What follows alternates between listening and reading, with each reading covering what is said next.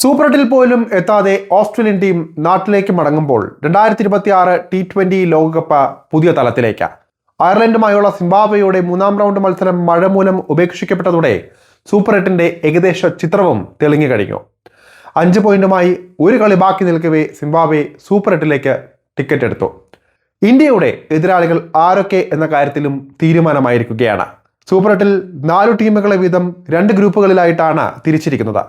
ഇതിൽ group 1-ലാണ് team India ഉള്ളത്. South Africa, west Indies, Zimbabwe എന്നിവരാണ് ഗ്രൂപ്പിലെ മറ്റുള്ളവർ.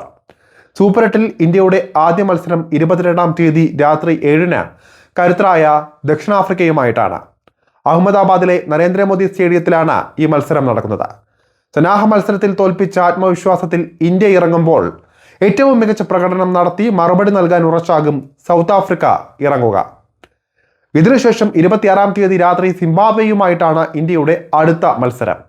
ചെന്നൈയിലെ ചെപ്പോക്ക് സ്റ്റേഡിയത്തിലാണ് ഈ പോരാട്ടം നടക്കുന്നത്. ഓസ്ട്രേലിയയെ അട്ടിമറിയിലൂടെ തകർത്ത കൈമുതലുമായിട്ടാണ് സിംബാബ്വേയുടെ വരവ്. ഈ മത്സരങ്ങളിൽ ജയിക്കാനായാൽ ഇന്ത്യക്ക് സെമി ടിക്കറ്റ് ലഭിക്കും. ഇന്ത്യയുടെ സൂപ്പർ എട്ടിലെ അവസാന മത്സരം വെസ്റ്റ് ഇൻഡീസുമായിട്ടാണ്.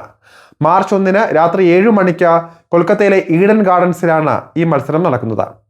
അതേസമയം സൂപ്പർ എട്ടിലെ രണ്ടാമത്തെ ഗ്രൂപ്പിന്റെ ചിത്രം ഇനിയും പൂർണ്ണമായി തെളിഞ്ഞിട്ടില്ല.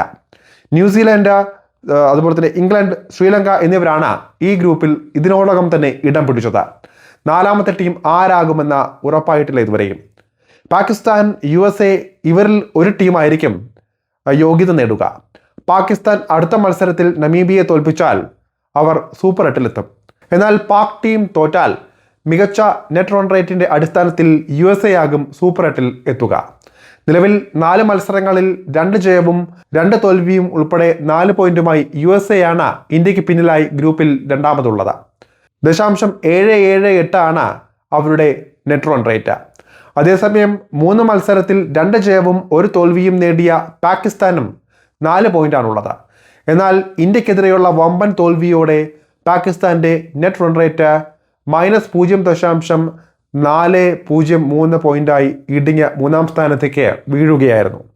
വെറുമൊരു തോൽവി മാത്രമായിരുന്നില്ല, പാകിസ്ഥാനെ ലോകകപ്പിന് പുറത്തേക്ക് തള്ളിയിടാൻ ശേഷിയുള്ള വിധിയായിരുന്നു ഇന്ത്യ നൽകിയത്. നമീബിയയുമായുള്ള മത്സരം എന്ത് വില കൊടുത്തും ജയിക്കാൻ ഉറച്ചാകും പാകിസ്ഥാൻ ഇറങ്ങുക. അങ്ങനെ വന്നാൽ മറ്റൊരു ഇന്ത്യ പാക് പോരാട്ടത്തിനും കളമൊരുങ്ങും. ഇന്ത്യ 1-മതും പാകിസ്ഥാൻ 2-മതുമായി എത്തുകയാണെങ്കിൽ സെമിയിലോ അതല്ലെങ്കിൽ ഫൈനലിലോ ഇരുവരും തമ്മിൽ ഏറ്റുമുട്ടാനുള്ള സാധ്യത വളരെ കൂടുതലാണ്. ആ തരത്തിൽ തന്നെയാണ് ഗ്രൂപ്പ് ഘട്ട ഫിക്ചർ ഉൾപ്പെടെ തയ്യാറാക്കിയിരിക്കുന്നത്. കാണികളെ കൊണ്ട് ഗാലറി നിറയാനും കോടികളുടെ പരസ്യ വരുമാനം കിട്ടാനും എല്ലാത്തിനുമുപരി ഏറ്റവും നല്ലൊരു ത്രില്ലർ പോരാട്ടം നടക്കാനും ഇന്ത്യയും പാകിസ്ഥാനും വീണ്ടും നേർക്കുനേർ വരണമെന്ന് തന്നെയാണ് ICCയുടെയും താല്പര്യം. അതുപോലെ ഓസ്ട്രേലിയ ഗ്രൂപ്പ് ഘട്ടത്തിൽ തന്നെ പുറത്താകുമ്പോൾ ഇന്ത്യക്കോ പാകിസ്ഥാനോ ഗുണമായി മാറുന്നത് ICC ടൂർണമെന്റുകളുടെ ചരിത്രം പരിശോധിച്ചാൽ മനസ്സിലാവുന്ന കാര്യമാണ്. 1983 ഏകദിന ലോകകപ്പിൽ ഓസ്ട്രേലിയ ഗ്രൂപ്പ് ഘട്ടത്തിൽ തന്നെ നാണം കെട്ട് പുറത്തുപോയിരുന്നു. അന്ന് കിരീടമുയർത്തിയതാകട്ടെ ഇതിഹാസ ഓൾറൗണ്ടർ കപിൽ ദേവ് നയിച്ച ഇന്ത്യൻ ടീമാണ്. ഫൈനലിൽ വെസ്റ്റ് ഇൻഡീസിനെ വീഴ്ത്തിയായിരുന്നു ഇന്ത്യയുടെ കിരീടധാരണം. അതിനുശേഷം 1992 ഏകദിന ലോകകപ്പിലും ഓസ്ട്രേലിയ ഗ്രൂപ്പ് ഘട്ടത്തിൽ തന്നെ പുറത്തുപോയി. അന്ന് പക്ഷേ കോളടിച്ചത് ഇന്ത്യക്കല്ല, മറിച്ച് പാകിസ്ഥാനാണ്. ഇമ്രാൻഖാന് കീഴിൽ ചരിത്രത്തിൽ ആദ്യമായി പാക് ടീം ലോകകപ്പിൽ അന്ന് മുത്തമിട്ടു. 2009 രണ്ടാമത്തെ T20 ലോകകപ്പിലും ഓസ്ട്രേലിയയുടെ പ്രതീക്ഷകൾ ആദ്യ റൗണ്ടിൽ തന്നെ അവസാനിച്ചിരുന്നു. ഈ ടൂർണമെന്റിൽ പാകിസ്ഥാനായിരുന്നു ചാമ്പ്യന്മാരായത്.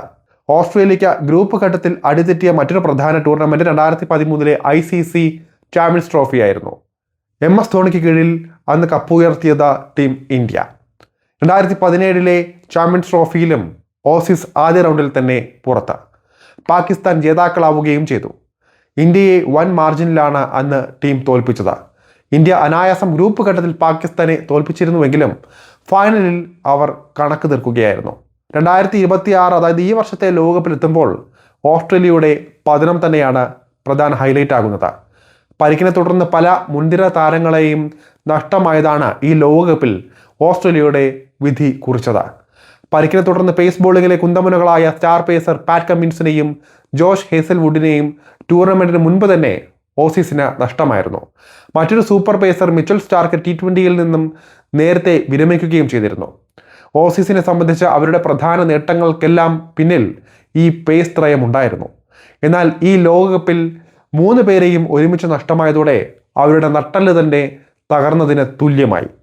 ഇവർക്ക് പകരമായി എത്തിയവർക്കാകട്ടെ ഒന്നും ചെയ്യാനും സാധിച്ചില്ല. വർദ്ധിത വീര്യത്തോടെ തിരിച്ചു വന്ന ചരിത്രമുണ്ട് ക്രിക്കറ്റ് ഓസ്ട്രേലിയക്ക്. തോൽവിയിൽ നിന്ന് പാഠം ഉൾക്കൊണ്ട് അവർ തിരിച്ചു വരുമെന്ന് തന്നെ പ്രതീക്ഷിക്കാം.